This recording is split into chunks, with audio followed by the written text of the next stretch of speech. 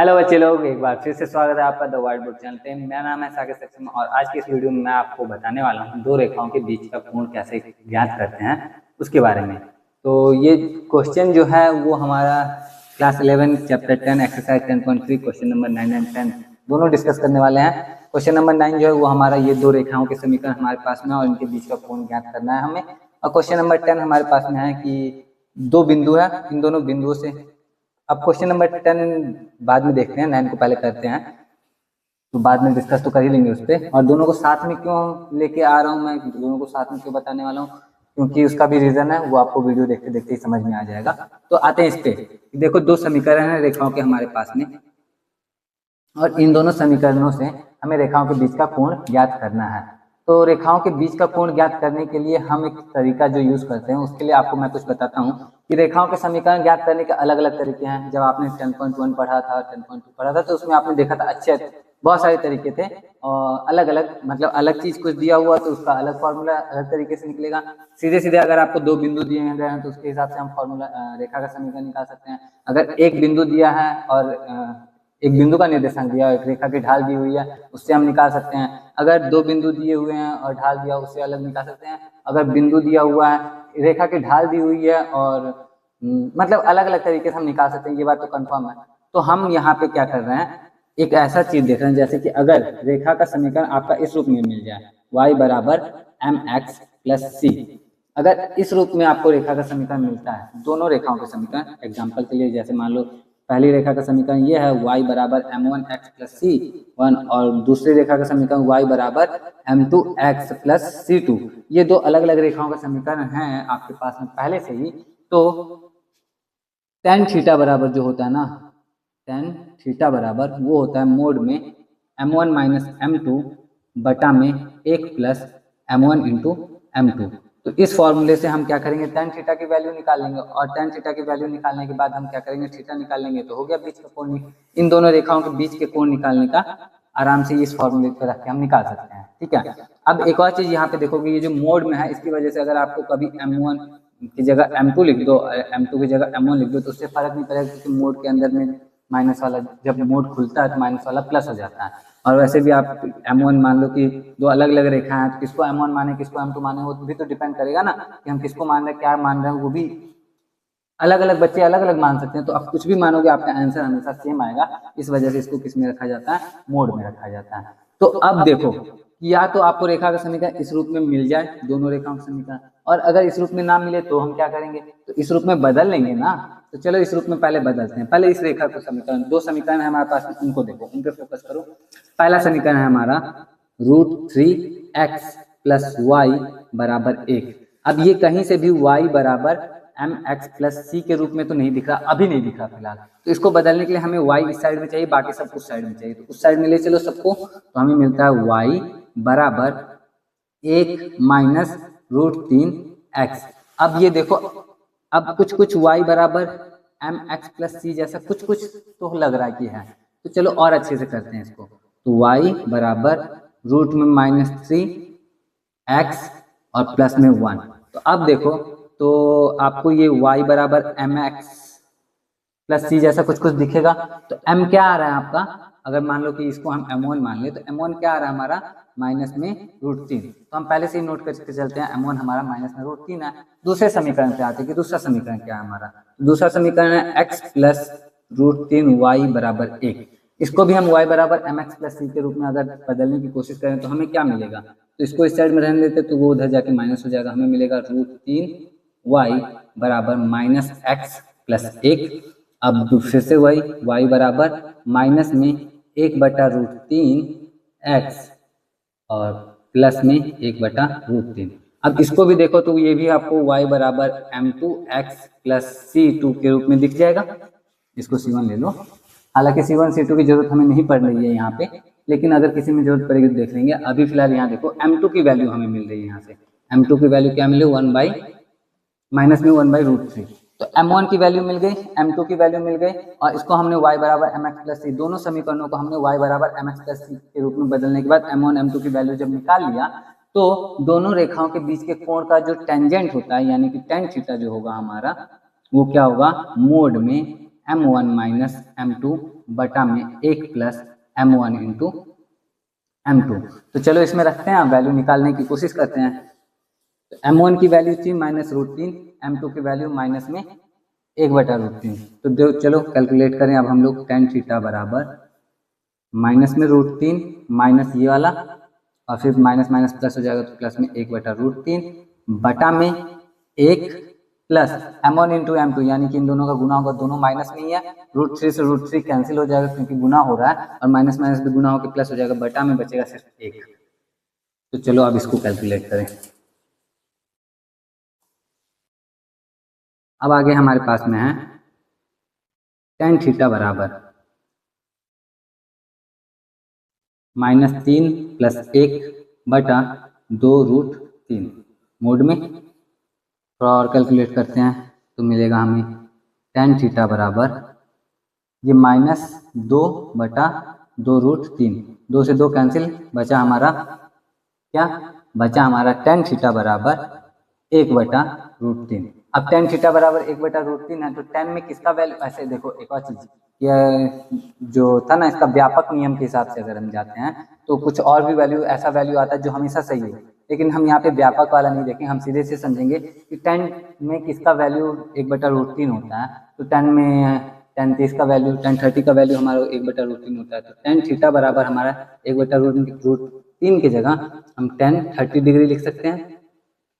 इस हिसाब से थीटा बराबर हमारा 30 डिग्री आ जाएगा डायरेक्ट। वैसे थीटा बराबर 30 डिग्री नहीं आएगा, बहुत सारा हो सकता है।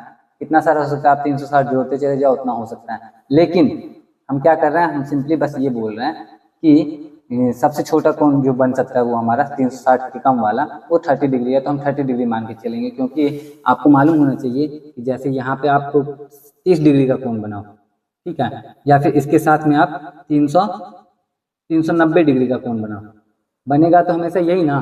तो हम इसी को 30 ही मान के क्यों ना चले, 390 क्यों माने, है ना। इस वजह से यहाँ हमारा थीटा बराबर 30 डिग्री आ गया और हमारा क्या हो गया, काम हो गया।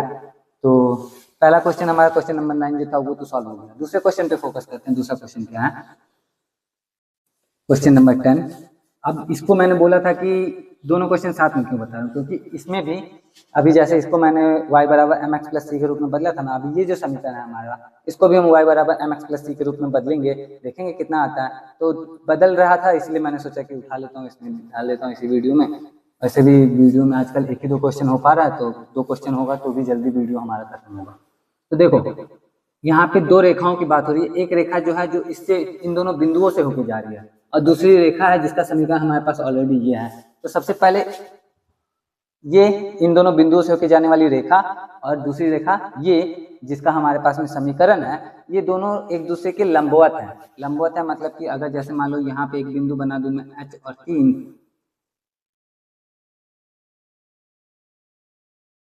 तो दूसरा बिंदु हमारे पास में है यहाँ पे 4 और 1, और ये जो रेखा है दूसरी वाली जिसका समीकरण है हमारे पास में 7x - 9y - 19 बराबर 0। तो इस तरह से है कुछ हमारे पास पहले से ही बना हुआ, और इस तरह से जब बना हुआ है तो अब हमें क्या करना है, सिंपली पता करना है कि h का वैल्यू क्या हो सकता है। अब देखो आपके दिमाग में 2-3 चीजें आ सकती है। पहली चीज कि इन दोनों बिंदुओं से होकर जाने वाली रेखा का समीकरण हम कैलकुलेट कर सकते हैं, कोई दिक्कत वाली बात नहीं। 2 बिंदुओं से होकर जाने वाली रेखा का समीकरण क्या होता है, सबसे पहले तो हम ये लिखेंगे, बिंदु H, 3 और 4, 1 से होकर जाने वाली रेखा का समीकरण क्या होगा। तो अगर आपको याद है तो अच्छी बात है, नहीं याद है तो मैं थोड़ा सा याद दिलाना चाहूंगा कि बिंदु x1, y1, x2, y2 से होकर जाने वाली रेखा का समीकरण क्या होता है। इन दोनों बिंदुओं से होकर जाने वाली रेखा का समीकरण होता है y - y1 बराबर y2 - y1 बटा x2 - x1, और ब्रैकेट में x - x1 ये होता है। तो बस x सिंपली है, y1 की जगह पे ये वाला रख देंगे, और x1 की जगह पे हम ये वाला रख देंगे, y2 की जगह पे हम ये वाला रख देंगे, x2 की जगह पे ये वाला रख देंगे, हो गया हमारा काम। तो चलो करते हैं हम यहाँ से इन दोनों बिंदुओं से होकर जाने वाली रेखा का समीकरण निकालते हैं। क्या आएगा हमारे पास में, कुछ ना कुछ तो आएगा। तो इन दोनों बिंदुओं से होकर जाने वाली रेखा का जो समीकरण आ रहा है y माइनस y1, तो y1 की जगह हमने 3 रख दिया है, बराबर y2 माइनस y1 यानी कि 1 माइनस 3, x2 माइनस x1 यानी 4 माइनस h, और फिर दूसरे कोष्ठक में x माइनस x1 यानी कि x माइनस h। अब यह हमारे पास में रेखा का समीकरण। कौन सी रेखा का समीकरण? इन दोनों बिंदुओं से होकर जाने वाली रेखा का समीकरण। अब देखो, ये एक समीकरण हमारे पास में है, दूसरा समीकरण हमारे पास में है। अगर हम दोनों को y बराबर mx प्लस c वाले समीकरण के रूप में तोड़ दें तो हमें m1 और m2 मिल जाएगा। और जब m1 m2 मिल गया तो हम क्या दिमाग लगा सकते हैं, दोनों के बीच का कोण। हमें पता है कि दोनों क्या है, दोनों के बीच का कोण, दोनों एक दूसरे के लंबवत है, तो दोनों के बीच का कोण क्या आएगा, 90 आएगा डेफिनेटली। तो 90 के हिसाब से हम कैलकुलेट करेंगे, हमारा काम हो जाएगा। लेकिन हम वो नहीं करेंगे, हम कुछ और करेंगे। उम्मीद करता हूँ मैं इतनी जल्दी जल्दी जो बोल रहा हूँ वो समझ में आ रहा होगा। नहीं समझ में आया तो थोड़ा धीरे धीरे भी बोल देता हूँ, समझो। सबसे पहले इस वाले समीकरण को हम y बराबर mx प्लस c के रूप में बदलने की कोशिश करते हैं, ठीक है। तो पहले तो कैलकुलेट कर लो थोड़ा सा। y माइनस 3 बराबर माइनस 2 बटा 4 माइनस h, ब्रैकेट में वही x माइनस h। तो y माइनस 3 बराबर माइनस 2x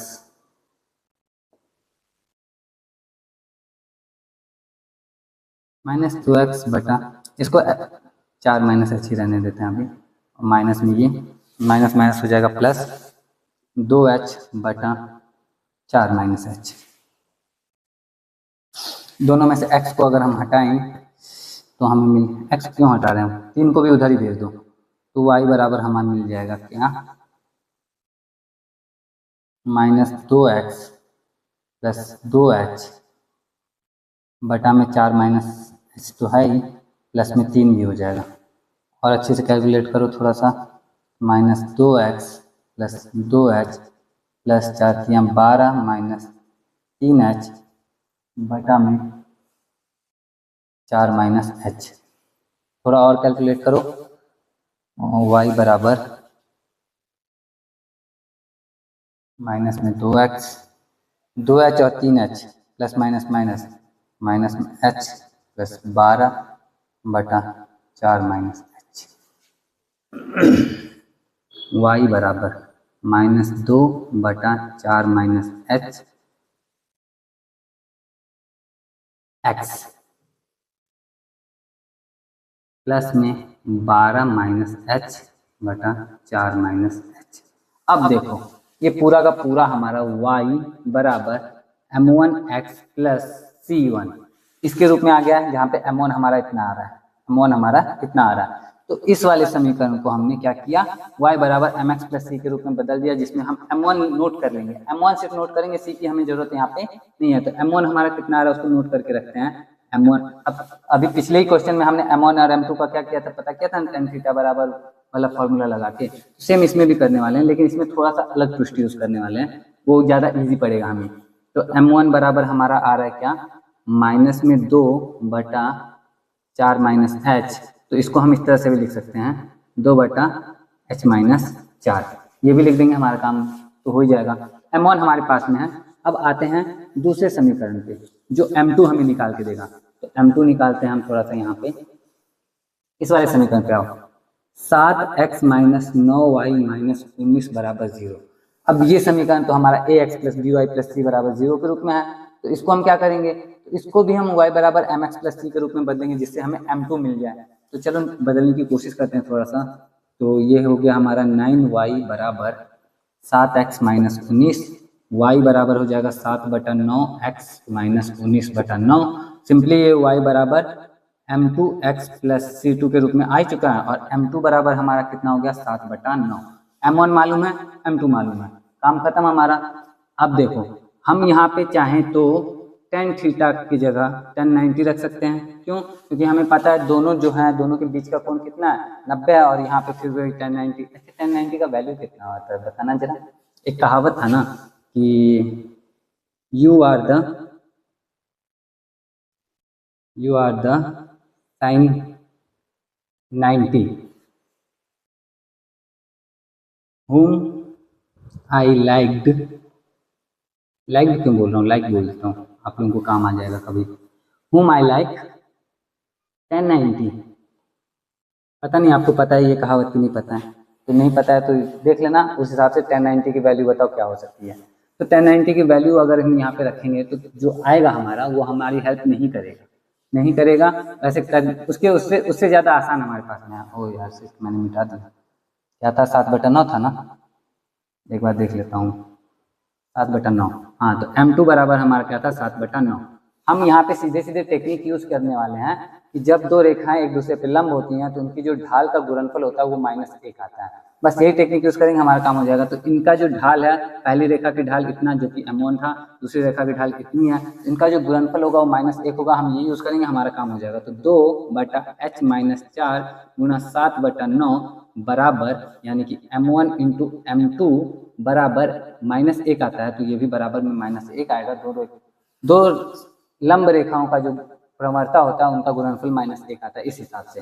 तो अब चलो कैलकुलेट करें हम। ऊपर हो गया 7 दूनी 14, नीचे हो गया हमारा 9 × h-4 बराबर -1। ये उधर जाके मल्टीप्लाई होगा। अब तो बस कैलकुलेशन बचा हुआ है, देखो 2 मिनट में सॉल्व हो जाएगा। तो 14 बराबर माइनस में 9 h-4,